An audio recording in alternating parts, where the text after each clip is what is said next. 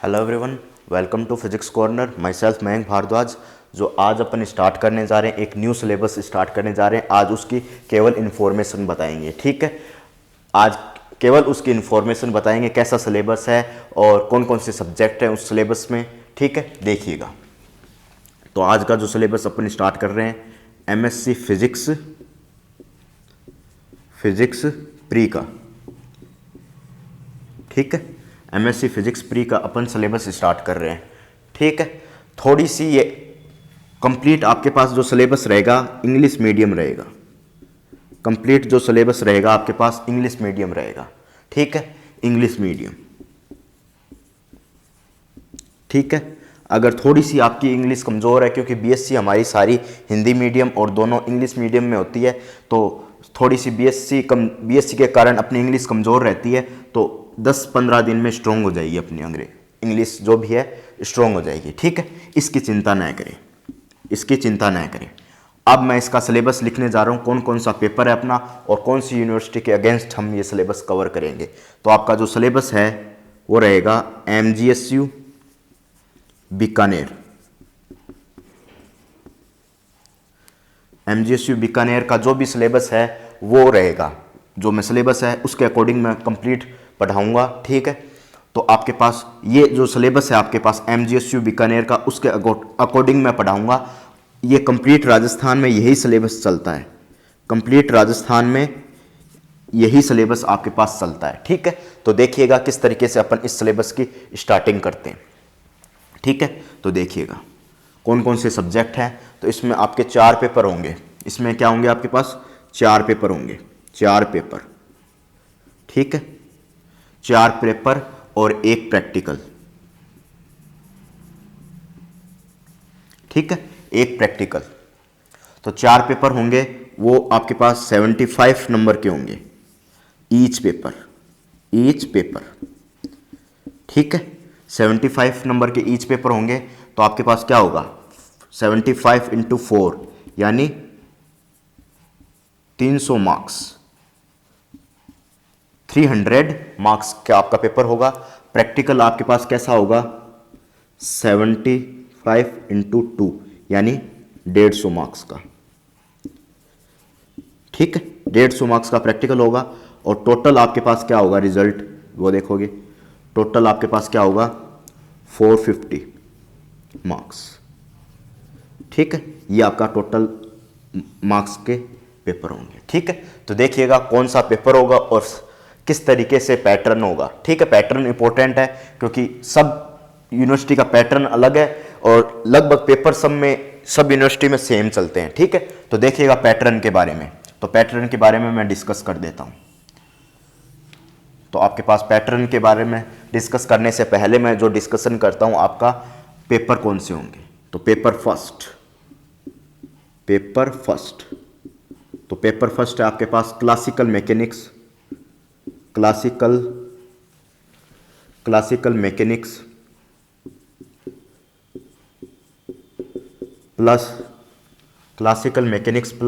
Mathematical physics,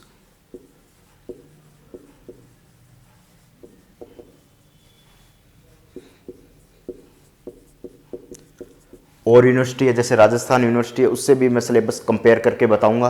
पहले आप देख लीजिए, आपका ये फर्स्ट पेपर है। सेकंड पेपर,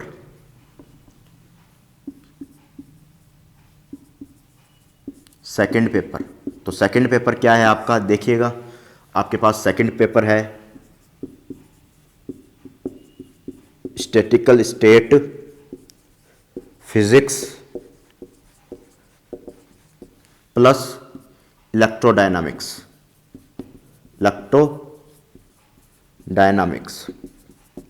जिसे अपन ईडी बोलते हैं, जो आजकल अपन लेक्चर चला रखे हैं आईआईटी जैम में, ठीक है। आईआईटी जैम में लेक्चर चला रखे हैं, लेक्चर 27 तक अपन ने कंप्लीट किया आईआईटी जैम में, ठीक है। वो एक कंपटीशन पर्पज से हैं ईडी में। ये अपन थ्योरी के पर्पज से करेंगे, जो आपको एग्जाम में लिख के आने हैं। थ्योरी की पर्पज से इसको कवर करेंगे, इलेक्ट्रोडायनामिक्स को, ठीक है। थर्ड पेपर आपके पास क्या है? थर्ड पेपर है आपका क्वांटम मैकेनिक्स,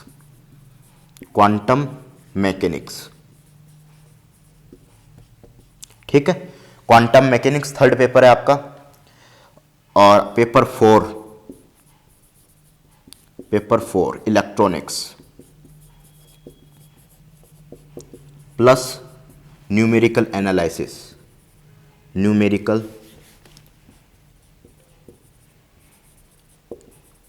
एनालिसिस।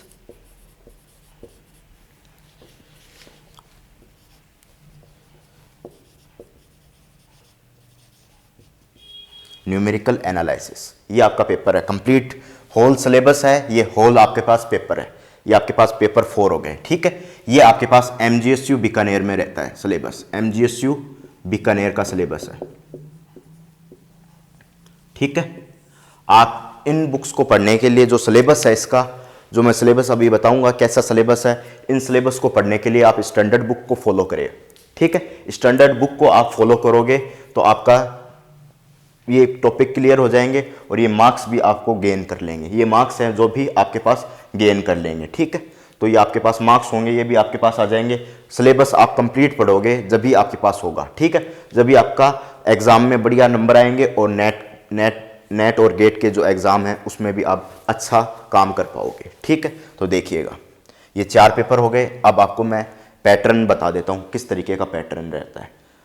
पैटर्न सबका अलग अलग है यूनिवर्सिटी का, परंतु आपके पास जो सिलेबस है लगभग सेम है। ठीक है, तो अब पैटर्न पे चर्चा करते हैं।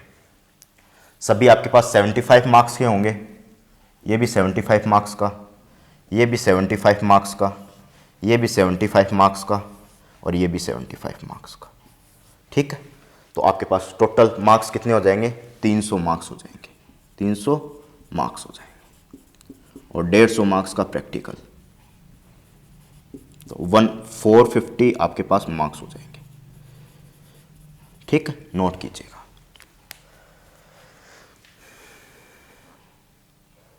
अब मैं चलता हूं आगे।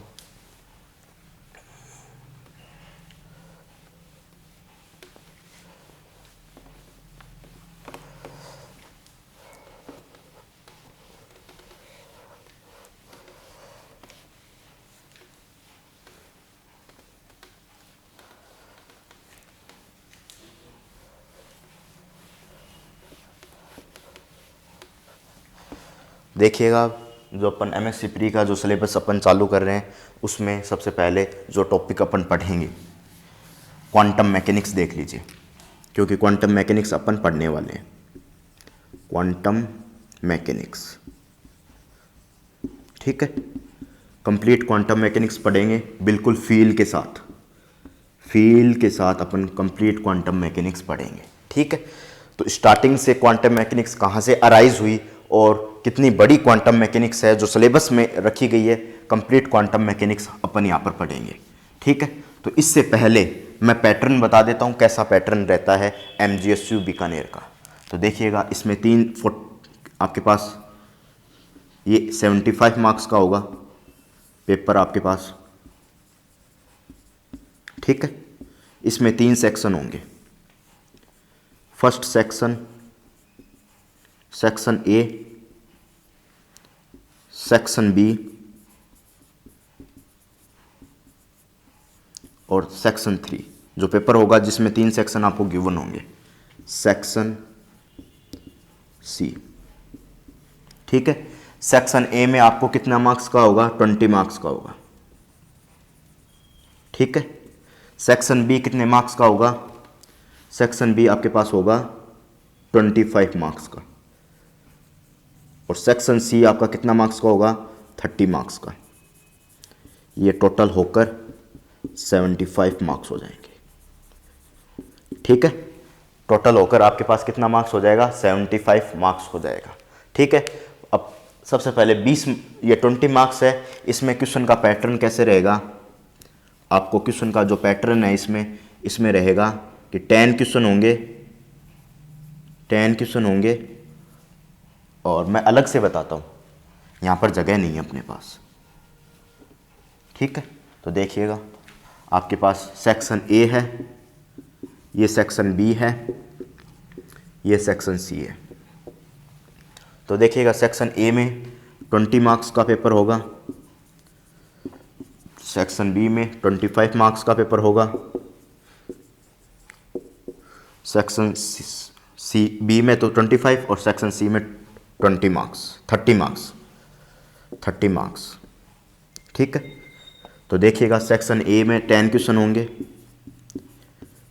ठीक है, और ईच क्वेश्चन आपके पास कितना का मार्क्स का होगा, 2 मार्क्स का होगा।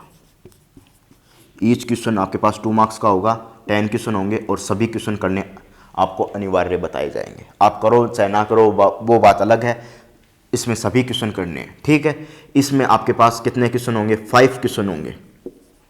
ठीक है, 5 क्वेश्चन होंगे। इसमें शायद मेरे हिसाब से जो मैंने देखा था सिलेबस, उसमें बताया हुआ है कि इसमें 2 सेक्शन होंगे, एक आपके पास 2 सेक्शन होंगे, 2 में से 5 क्वेश्चन होंगे, 5 ऊपर होंगे 5 नीचे होंगे, दोनों में से आप कोई सा भी अटेंड कर सकते हो। ठीक है, तो आपके पास इसमें 5 क्वेश्चन होंगे और ईच क्वेश्चन 5 मार्क्स का होगा। ईच क्वेश्चन आपके पास 5 मार्क्स का होगा। ठीक है, और थर्ड आपके पास पैटर्न है, थर्ड जो है पैटर्न में, इसमें आपके पास 3 क्वेश्चन, इसमें 5 क्वेश्चन होंगे इसमें भी। ठीक है, 5 क्वेश्चन होंगे और इसमें से ईच क्वेश्चन का जो मार्क्स है, ईच क्वेश्चन नहीं करना है आपको, 3 क्वेश्चन इसमें करने हैं। 5 में से आपको ऑप्शन दे दिया, कोई भी 3 क्वेश्चन कर लीजिए और इसमें मार्क्स है ईच क्वेश्चन का जो मार्क्स है, ईच क्वेश्चन का जो मार्क्स है इसमें 10 मार्क्स है। ठीक है, 10 × 3 यानी 30 मार्क्स हो जाएंगे। ठीक है, ये पैटर्न है, ये पैटर्न है ये पैटर्न है। तो ये आपके पास क्या होगा, इसमें 5 यूनिट है इसमें। तो जैसे राजस्थान यूनिवर्सिटी में होता है, राजस्थान यूनिवर्सिटी का क्या सिलेबस है, पैटर्न मैं बता देता हूँ कैसे डिफरेंट है। जैसे क्लासिकल मैकेनिक्स है और इसमें मैथमेटिकल जोड़ रखा है। राजस्थान यूनिवर्सिटी का मैं सिलेबस बताना जा रहा हूँ। ठीक है, मैथमेटिकल जोड़ रखा है, मैथमेटिकल जोड़ रखा है। ठीक है, मैथमेटिकल फिजिक्स जोड़ रखा है। तो इसमें 4 यूनिट होंगी, इसमें 4 यूनिट होंगी। ठीक है, इसमें 4 यूनिट, टोटल 8 यूनिट।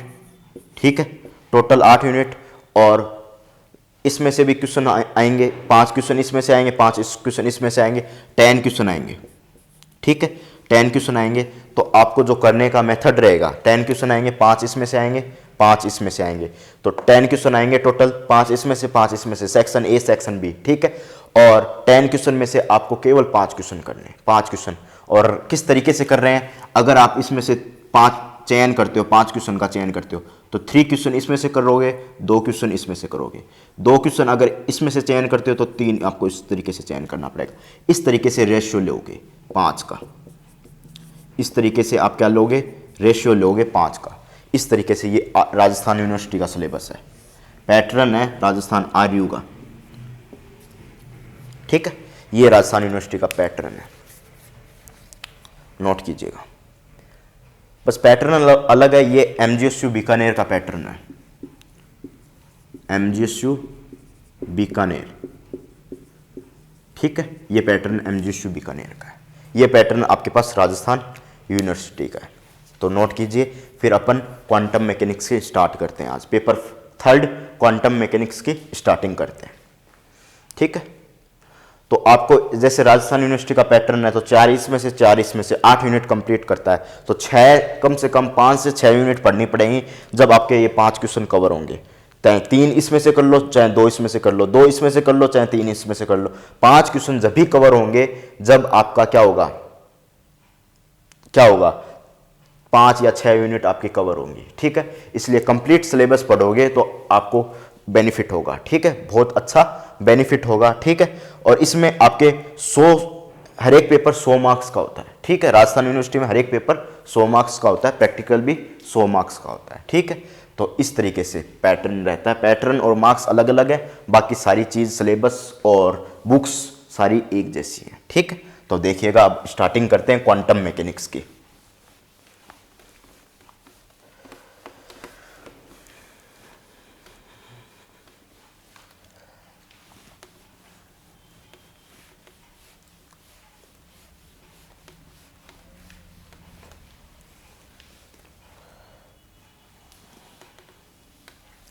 आज थोड़ा सा पोर्शन पढ़ते हैं क्वांटम मैकेनिक्स का, क्योंकि आज फर्स्ट क्लास है।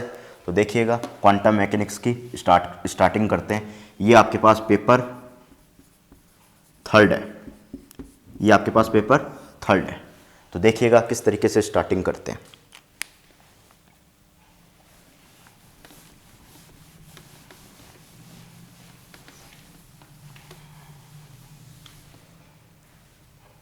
तो आपके पास जो मैकेनिक्स की स्टार्टिंग होती है, मैकेनिक्स की स्टार्टिंग होती है, तो मैकेनिक्स की स्टार्टिंग होती है सर्च के आधार पर, रिसर्च के आधार पर। कोई भी मैकेनिक्स की, जो भी हम मैकेनिक्स की स्टार्टिंग की है अब तक, जो भी मैकेनिक्स की अपन ने स्टार्टिंग की है वो रिसर्च के आधार पर की है। रिसर्च के आधार पर मैकेनिक्स की स्टार्टिंग की है। ठीक है, रिसर्च का मतलब कि आपके पास पार्टिकल कैसा है, पार्टिकल कैसा है, एक पार्टिकल है, वन पार्टिकल, तो उसमें मैकेनिक्स वन पार्टिकल है, ज़्यादा बिग नहीं है, इस थोड़ा सा ठीक ठाक साइज का पार्टिकल है, तो इसमें वन पार्टिकल है, तो आपके पास क्या होगा, वन पार्टिकल होगा तो आपके पास न्यूटोनियन मैकेनिक्स आप अप्लाई कर सकते हो। ठीक है, जैसे ही न्यूटोनियन मैकेनिक्स आई आपके पास, कब आई न्यूटोनियन मैकेनिक्स, कौन से ईयर में आई, अप्रोक्सीमेट 1687 यानी 17वीं शताब्दी में आपके पास क्या आई, न्यूटोनियन मैकेनिक्स आई। जब हमें रिसर्च की गई थी तो आपको केवल इतना पता चला था कि जो भी पार्टिकल है वो एक पार्टिकल है, एक पार्टिकल है, जैसे कि रेत का कण है या फिर कोई भी आपके पास बॉल है। ठीक है, कोई भी बॉल है या फिर कैसा भी पार्टिकल है, एक पार्टिकल था, ज़्यादा रिसर्च हुई नहीं थी। तो न्यूटोनियन मैकेनिक्स आपके पास आई 1687 अप्रोक्सीमेट ईयर में आई। तो आपके पास जो बॉल है, छोटे छोटे पार्टिकल हैं, उसके बारे में रिसर्च हुई थी, तो उसके अकॉर्डिंग आपके पास न्यूटोनियन मैकेनिक्स आई, जिसके रिसर्च जिसने की थी वो सर आइजैक न्यूटन ने की थी। ठीक है, ये आपके पास न्यूटोनियन मैकेनिक्स होती है। ठीक है, अब इसके बाद में थोड़ी रिसर्च और हुई कि फिर सब लोगों ने कहा कि बस पार्टिकल है, ऐसी फिजिक्स अपन अप्लाई कर देंगे, बस बात खत्म। ठीक है, फिर और पार्टिकल की रिसर्च हुई, और पार्टिकल की, जैसे आपके पास एक पार्टिकल है तो वैसे उसके अकॉर्डिंग बहुत से भी पार्टिकल हो सकते हैं, उसके अकॉर्डिंग बहुत से पार्टिकल हो सकते हैं। जैसे देखिएगा दूसरा पार्ट है तो मेनी पार्टिकल सिस्टम हो सकता है, मेनी पार्टिकल सिस्टम हो सकता है, मेनी पार्टिकल सिस्टम आपके पास हो सकता है। मेनी पार्टिकल सिस्टम हो सकता है यानी बहुत सारे पार्टिकल हो सकते हैं। तो बहुत सारे पार्टिकल हो सकते हैं, तो उस टाइम न्यूटोनियन मैकेनिक्स कैसे फेल हो गई, न्यूटोनियन मैकेनिक्स फेल हो गई क्योंकि ये अप्लाई किस पे होती है, ये अप्लाई किस पे होती है, ये अप्लाई किस पे होती है, केवल और केवल वन पार्टिकल पे अप्लाई होती है। मेनी पार्टिकल सिस्टम आया तो आपके पास न्यूटोनियन मैकेनिक्स फेल हो गई। तो देखिएगा न्यूटोनियन मैकेनिक्स की हम रिसर्च के बारे में थोड़ा सा डिस्कशन कर लेते हैं। जो आपका 11th क्लास में जितने भी टॉपिक है 11th क्लास में, सारे न्यूटोनियन मैकेनिक्स पर आधारित है। तो देखिएगा थोड़ा सा रिसर्च करते हैं। कोई भी बॉडी है, इस जैसे न्यूटोनियन मैकेनिक्स आई तो कोई भी बॉडी है या वन पार्टिकल सिस्टम है उस पर अप्लाई हुई। तो देखिएगा आपके पास कोई भी वन पार्टिकल सिस्टम है, तो कोई भी मैंने वन पार्टिकल सिस्टम ले लिया, एक बॉल ले ली, देखिएगा बॉल ले ली, तो आपके पास सबसे पहले बॉल ले ली तो उस पर मैंने फोर्स लगा दिया कोई भी F बराबर ma। ठीक है, F बराबर ma मैंने फोर्स लगा दिया, और कैसे ये फेल हुई, ये कैसे फेल हुई, कैसे फेल हुई है उसका भी मैं डिस्कशन करूंगा। सबसे पहले मैं एक बॉल लिया हूं, इस पे रिसर्च किस तरीके से हुई, रिसर्च के बारे में कैसे पता चला, और कैसे न्यूटोनियन मैकेनिक्स अप्लाई की और कहां पर जाकर ये फेल हो गई, उसके बारे में डिस्कशन करते हैं। तो देखिएगा अगर मैं कोई भी पार्टिकल है उस पर मैं कोई भी फोर्स लगा दिया F बराबर ma। ठीक है, फोर्स लगा दिया तो ये मोशन में होगी, ये फोर्स लगाने पे क्या होगी, मोशन में होगी। अगर मैंने इसको, कोई भी पार्टिकल है उस पर फोर्स अप्लाई नहीं किया, यानी आपके पास फोर्स जीरो है, तो अगर वेक्टर लगाना चाहूं तो इस पे वेक्टर लगा दूं। अगर आपके पास फोर्स जीरो है तो आपके पास क्या होगा, उसके एक्सेलेरेशन भी जीरो होगा।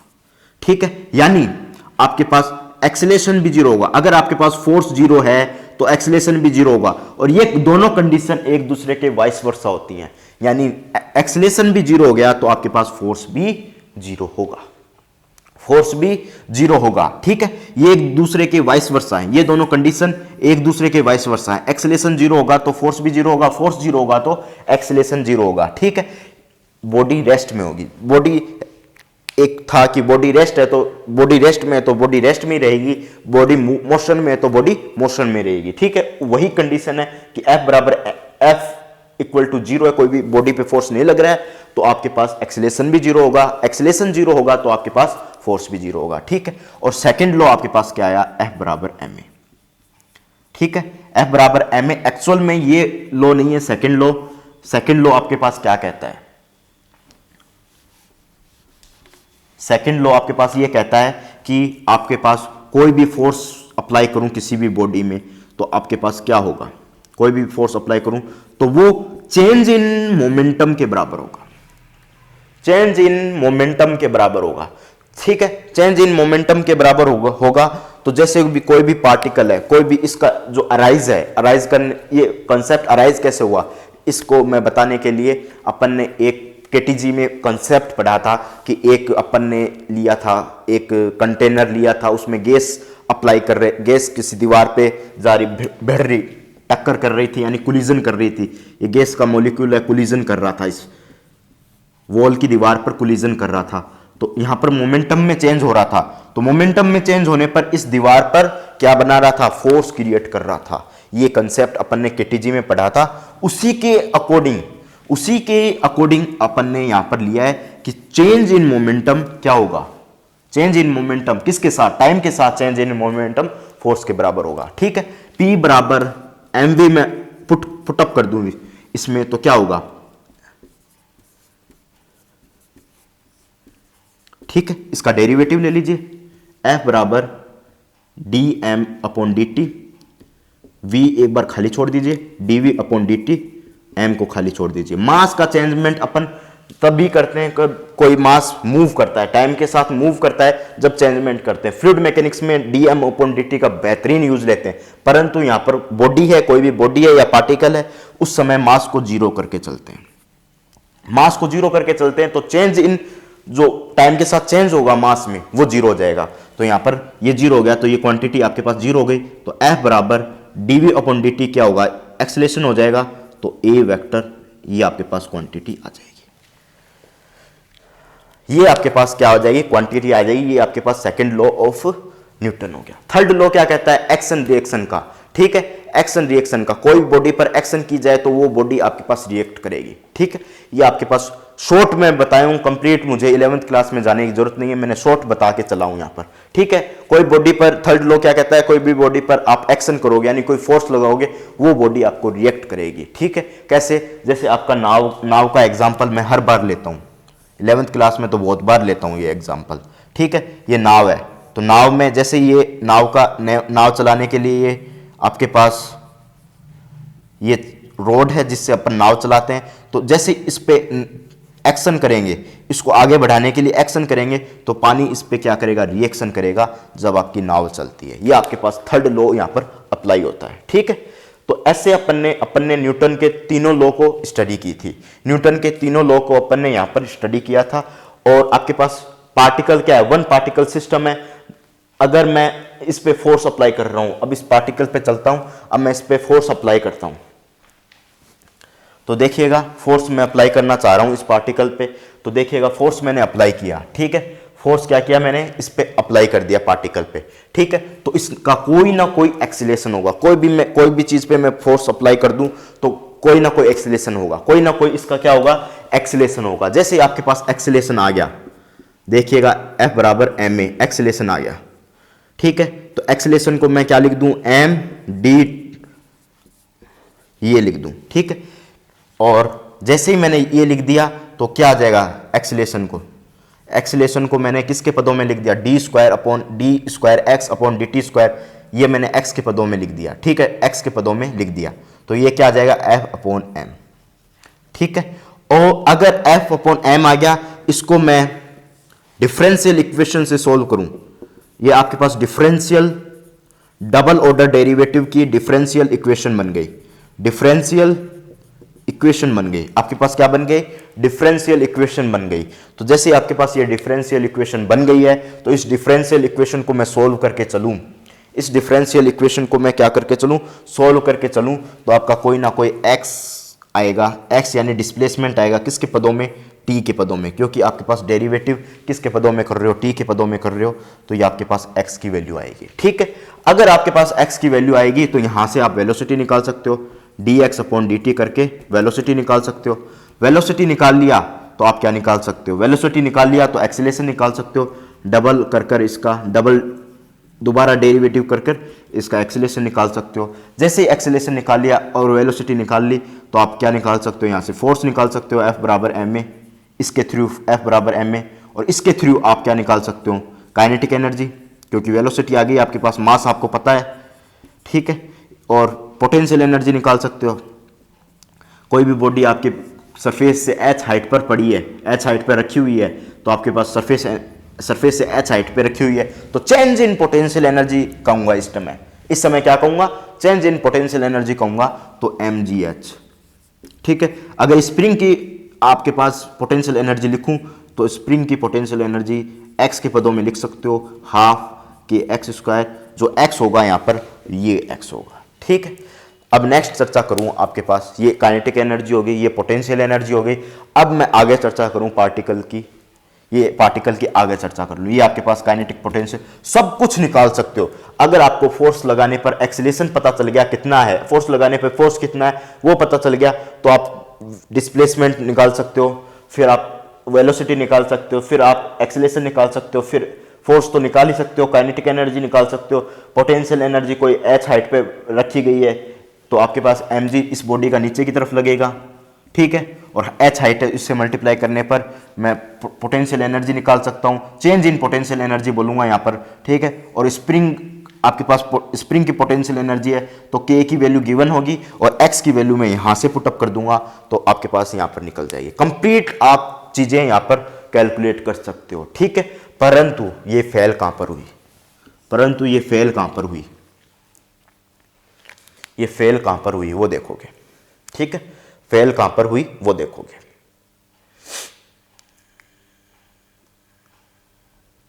ठीक है, मैं मिटो के चलता हूं।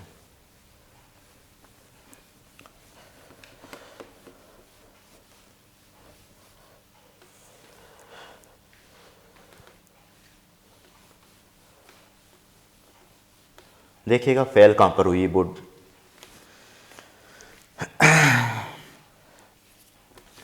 फेल कहां पर हुई? जैसे अपन कैरम बोर्ड खेलते हैं, ये आपका कैरम बोर्ड है, कैरम बोर्ड पे यही न्यूटोनियन मैकेनिक्स अप्लाई करूं तो वहां पर ये फेल हो जाती है। ये कैरम बोर्ड है, देखिएगा मैं कैरम बोर्ड खेलना सिखा रहा हूं आपको। ये आपके पास कैरम बोर्ड है। ठीक है, यहां पर ये गोटियां हैं, बहुत सारी गोटियां हैं।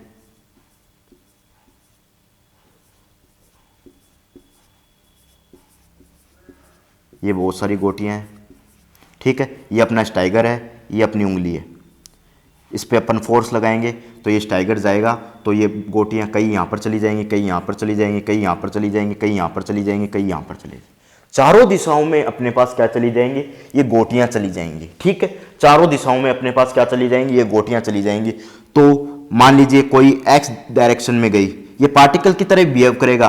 कोई वाई डायरेक्शन में गया, कोई जेड डायरेक्शन में गई।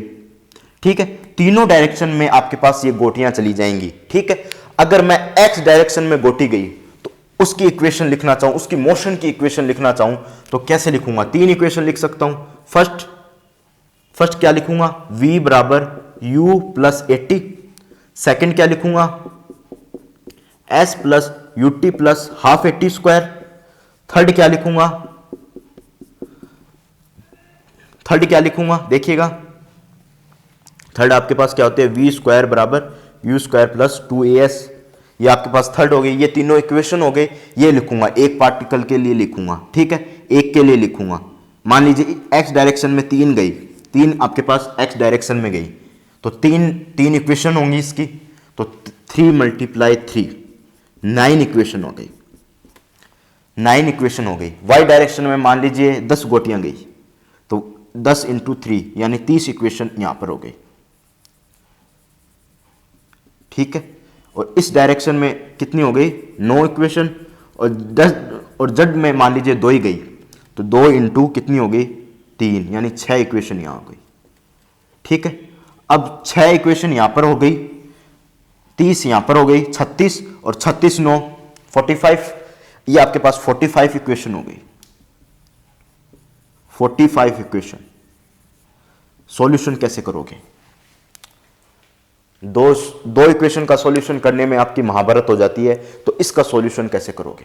यानी ये मैनी पार्टिकल हो गए, ये बहुत सारे पार्टिकल हो गए, इसकी जगह हजारों करोड़ों सैकड़ों पार्टिकल हों तो ये तो फेल हो जाएगी, क्योंकि हजारों करोड़ों सैकड़ों पार्टिकल हो तो उन हजारों करोड़ों सैकड़ों से 3 की मल्टीप्लाई कर दो तो ये फेल हो जाएगी। यहां पर ये क्या हो जाती है, फेल हो जाती है। मैनी पार्टिकल सिस्टम के लिए ये फेल हो जाती है। तो फिर कौन सी मैनी पार्टिकल सिस्टम के लिए थ्योरी अप्लाई होती है? 50 साल बाद अप्रोक्सीमेट, मैं सन देख के बताता हूं कौन सी सन में आपके पास नेक्स्ट थ्योरी आई, वो सन देख के बता देता हूं मैं आपको। अप्रोक्सीमेट करीब करीब 100 साल बाद नेक्स्ट थ्योरी आती है मैनी पार्टिकल सिस्टम की, वो देखोगे। ठीक है, नेक्स्ट थ्योरी आती है मैनी पार्टिकल सिस्टम की करीब करीब 100 ईयर बाद। कंफ्यूजन इन लोगों को, साइंटिस्ट को रिसर्च करते टाइम कब हुई? जब आपके पास मैनी पार्टिकल सिस्टम आ गया। तो देखिएगा मैनी पार्टिकल सिस्टम की, तो देखिएगा मैनी पार्टिकल सिस्टम की जो थ्योरीज है, मैनी पार्टिकल सिस्टम की जो थ्योरीज है उस पर चर्चा करता हूं। तो देखिएगा मैनी पार्टिकल सिस्टम की थ्योरी को चर्चा करता हूं। ये तो आपके पास फेल हो गई, अब आगे मैनी पार्टिकल सिस्टम की मैं चर्चा करता हूं। ये केवल 11वीं क्लास में IIT जी में केवल न्यूटोनियन मैकेनिक्स ही पूछी जाती है, उसके ही क्वेश्चंस करवाए जाते हैं, तो आपके पास ज्यादा कुछ पूछा नहीं जाता। मैनी पार्टिकल सिस्टम की वहां पर बात नहीं होती। ठीक है, small particle but measurable particle. ठीक है, small particle but measurable particle के डिस्कशन किया जाता है। ठीक है, वहां पर क्या किया जाता है, small particle but measurable particle का डिस्कशन किया जाता है। देखिएगा किस तरीके से डिस्कशन किया जाता है मैनी पार्टिकल सिस्टम का, वो देखोगे। मैनी पार्टिकल सिस्टम, ठीक है, देखिएगा मैनी पार्टिकल सिस्टम का कैसे, कौन सी आपके पास मैकेनिक्स आई। तो आपके पास सेकंड मैकेनिक्स, इसी का पार्ट, क्लासिकल का पार्ट अपन कर रहे थे। क्लासिकल का सेकंड पार्ट कर रहे थे, क्लासिकल मैकेनिक्स। ठीक है, इसी का फर्स्ट पार्ट है Newtonian mechanics, Newtonian mechanics. Second part है आपके पास, सेकंड पार्ट है न्यूटोनियन मैकेनिक्स, सेकंड पार्ट है आपके पास क्लासिकल मैकेनिक्स का न्यूटोनियन मैकेनिक्स, और सेकंड पार्ट है ये आपके पास किस पे अप्लाई होती है, मैनी पार्टिकल सिस्टम पे, वन पार्टिकल सिस्टम पे, वन पार्टिकल सिस्टम पे। और मैनी पार्टिकल सिस्टम पे आपके पास 2 थ्योरीज आई। जो पहले थ्योरी आई वो देखिएगा, थोड़ा सा और आगे बनाता हूं, लाग्रांजियन।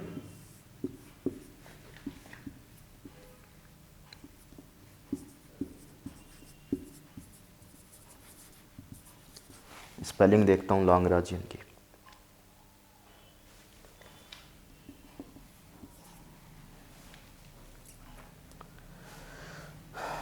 थोड़ी सी स्पेलिंग में गड़बड़ है, तो देखिएगा लाग्रांजियन।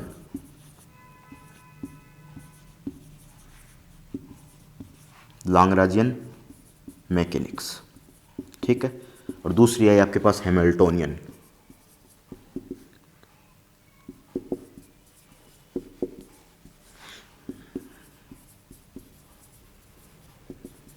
ठीक है, ये लाग्रांजियन मैकेनिक्स, हैमिल्टोनियन मैकेनिक्स। जो लाग्रांजियन मैकेनिक्स होती है वो आपके पास होती है L बराबर T माइनस वी, ठीक है, kinetic energy minus potential energy. और ये आपके पास हैमिल्टोनियन मैकेनिक्स होती है potential energy plus potential energy plus kinetic energy, ठीक है। ये आपके पास kinetic energy minus potential energy होती है और ये potential energy minus kinetic energy होती है, ठीक है। ये आपके पास लाग्रांजियन मैकेनिक्स होती है और लाग्रांजियन मैकेनिक्स में जैसे अपन करते हैं काम वो देखोगे। लाग्रांजियन मैकेनिक्स में किस तरीके से काम करते हैं, ये लाग्रांजियन है, ये हैमिल्टोनियन है, ठीक है। ये इस साल नहीं है, आपके अगले साल आएंगे, ठीक है। तो जैसे ही आपके पास फाइनल में एमएससी फाइनल में ये लाग्रांजियन मैकेनिक्स, ठीक है, ये लाग्रांजियन, ये हैमिल्टोनियन, ठीक है।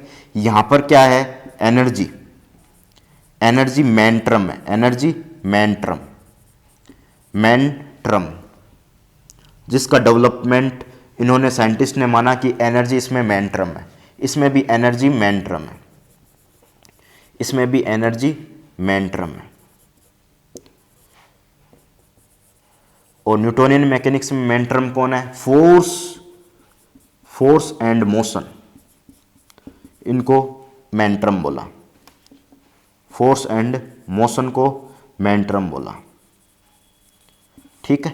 फोर्स एंड मोशन को यहां पर मेन टर्म बोला, यहां पर एनर्जी, एनर्जी को मेन टर्म बोला, यहां पर एनर्जी को मेन टर्म बोला। क्यों बोला वो देखोगे। यहां पर लाग्रांजियन मैकेनिक्स डिफरेंट है, न्यूटोनियन मैकेनिक्स से बिल्कुल ही डिफरेंट है। आपके पास Lagrangian mechanics, Lagrangian mechanics, Hamiltonian mechanics Newtonian mechanics से बिल्कुल डिफरेंट है, उनका फॉर्मुलिज्म बिल्कुल डिफरेंट है, ठीक है। इसका फॉर्मुलिज्म और इसका फॉर्मुलिज्म इससे डिफरेंट है, ठीक है। तो एक मिनट रुकना।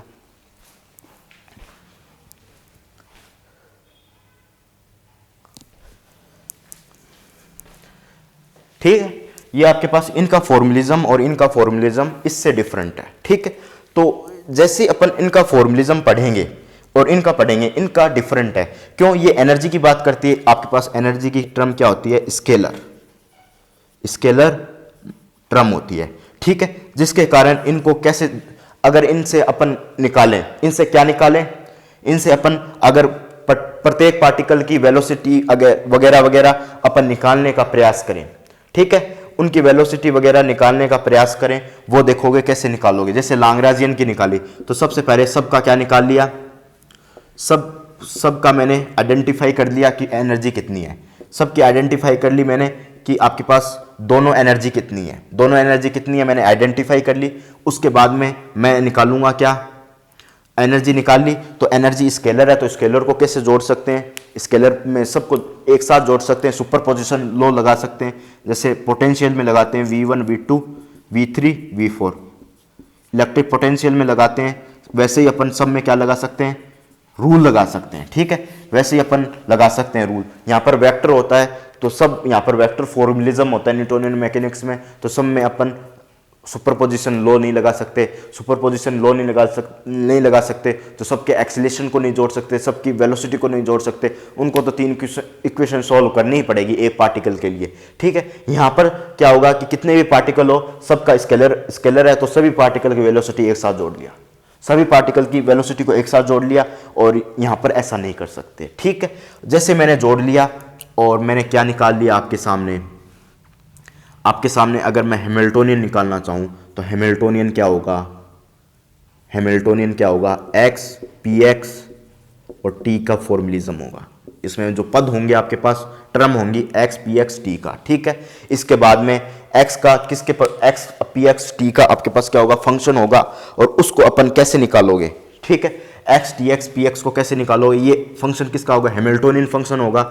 अगर मुझे पता है x t का फॉर्मुलिज्म है, ये मुझे पता है, ठीक है, p t का फंक्शन है, ठीक है। x डायरेक्शन में मैं बात कर रहा हूं सारी, ठीक है, x डायरेक्शन में बात कर रहा हूं तो आपके पास दो चीजें आपको पता है, दो चीजें पता है तो तीसरी चीजें, चौथी चीजें, सारी चीजें जो भी आपके पास आपके क्लासिकल मैकेनिक्स में यूज होती है वो निकाल लोगे। वो कैसे निकालोगे, आपके पास क्या होता है, x और p का क्या होता है, फेज ट्रेजेक्ट्री, फेज ट्रेजेक्ट्री,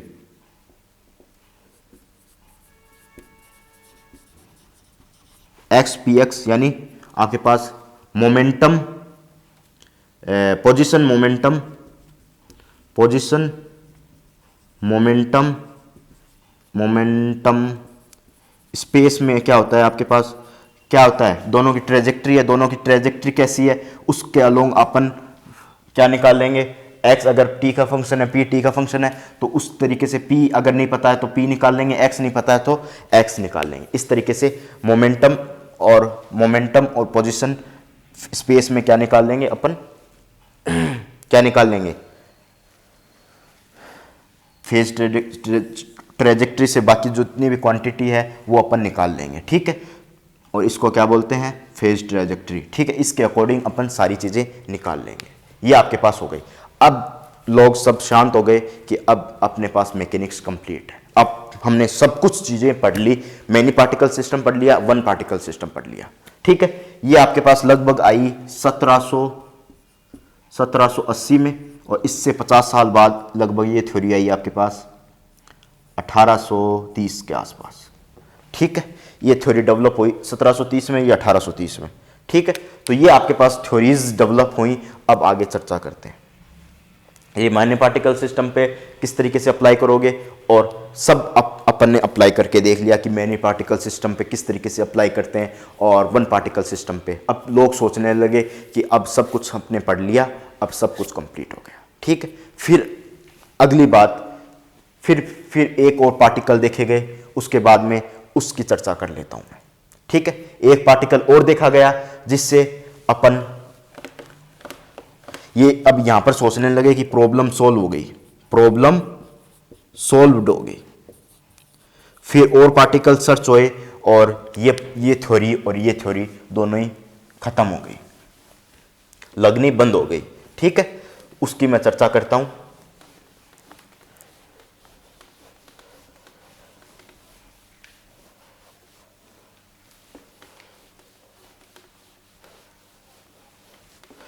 उसकी चर्चा मैं नेक्स्ट बार करूंगा, मैं करूंगा। जो मैकेनिक्स का है उसकी तीनों ब्रांच एक बार डिटेल में समझा देता हूं, इसके बाद मैं क्लास समाप्त करता हूं। फर्स्ट क्लास है अपनी, जो नेक्स्ट थ्योरी है, नेक्स्ट जो पार्टिकल साइंस जिस पे रिसर्च हुई उसकी नेक्स्ट वीडियो में चर्चा कर लूंगा, ठीक है। तो मैकेनिक्स की जो आपके पास 3 ब्रांच आई, सबसे पहले क्लासिकल मैकेनिक्स, ठीक है। क्लासिकल मैकेनिक्स,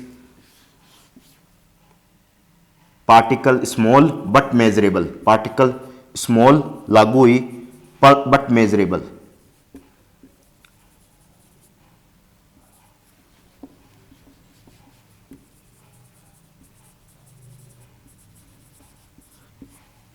ठीक है। और इसमें 3 ब्रांच थी, न्यूटोनियन मैकेनिक्स,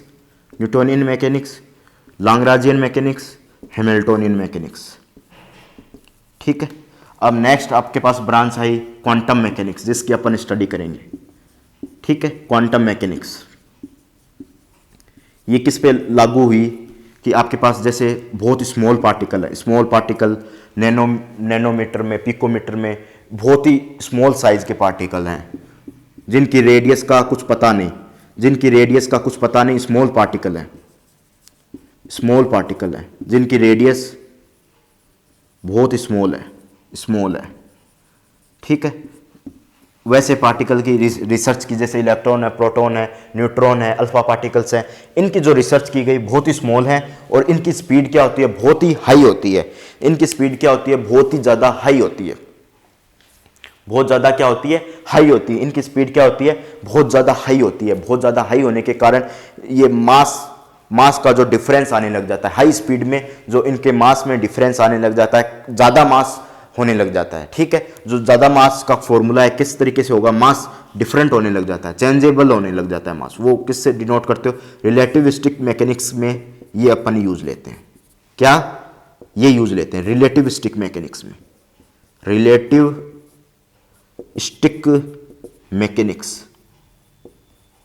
रिलेटिविटी या रिलेटिविस्टिक मैकेनिक्स में ये यूज़ लेते हैं, ठीक है। ये मास में चेंज होगा उसके लिए फॉर्मूला यूज़ लेते हैं। यहाँ पर मास का चेंज होता है, कब होता है, यहाँ पर पार्टिकल की क्या होती है, हाई स्पीड होती है। इसका डिस्कशन अपन बहुत आराम से करेंगे। क्यों बहुत आराम से करेंगे इस बात का डिस्कशन, ठीक है, बहुत ही आराम से करेंगे। नेक्स्ट वीडियोज़ में इसका डिस्कशन करेंगे। जो पार्टिकल की अपनी रिसर्च चल रही है, कितने पार्टिकल रिसर्च हुए अपने पास, आज की वीडियो में 2 पार्टिकल अपन ने रिसर्च करे, एक वन पार्टिकल सिस्टम, दूसरा आपके पास मैनी पार्टिकल सिस्टम, और दोनों पे फेल होने का कारण भी अपन ने बता दिया कि फेल कब हो जाते हैं दोनों, ठीक। मैनी पार्टिकल सिस्टम कब फेल हो जाता है उसकी भी बात कर ली। कब फेल हो जाता है, स्मॉल पार्टिकल पे लागू नहीं होता, बहुत हाई स्पीड होती है जब आपके पास ये लागू नहीं हो पाता many particle system. One particle system fail कब होता है, जब बहुत सारे पार्टिकल आ जाते हैं, जब फेल हो जाता है। नेक्स्ट रिसर्च में ये पार्टिकल लेंगे स्मॉल पार्टिकल और जिसकी हाई स्पीड हो, ठीक है। और थर्ड आपके पास मैकेनिक्स का पार्ट होता है, वो होता है statistical state mechanics. Statistical state mechanics, इसमें क्या होता है कि very high size particle, very high size particle, जैसे एनसेंबल वगैरह की बात करते हैं, आपके पास तीन तरह के एनसेंबल होते हैं। वहां पर एनसेंबल की बात करते हैं कि एक बड़ा सा बीकर लेते हैं, यानी बड़ा सा एक बीकर लेते हैं, कंडक्टर नहीं, एक बड़ा सा क्या लेते हैं, बीकर लेते हैं। वो सा बीकर लेते हैं, बहुत बड़े बड़े गैस के मॉलिक्यूल्स टक्कर करते हैं उसमें।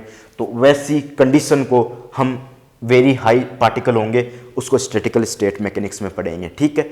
इसका रिलेशन थर्मोडायनेमिक्स से कैसे होगा, अपन जब ये सब्जेक्ट आएगा, जब अपन डिस्कशन करेंगे, इसका रिलेशन थर्मोडायनेमिक्स से कैसे होगा, और इसका रिलेशन थर्मोडायनेमिक्स से क्या लेना देना है, स्टैटिकल स्टेट मैकेनिक्स का थर्मोडायनेमिक्स से क्या लेना देना है, उसका भी डिस्कशन करेंगे, ठीक है।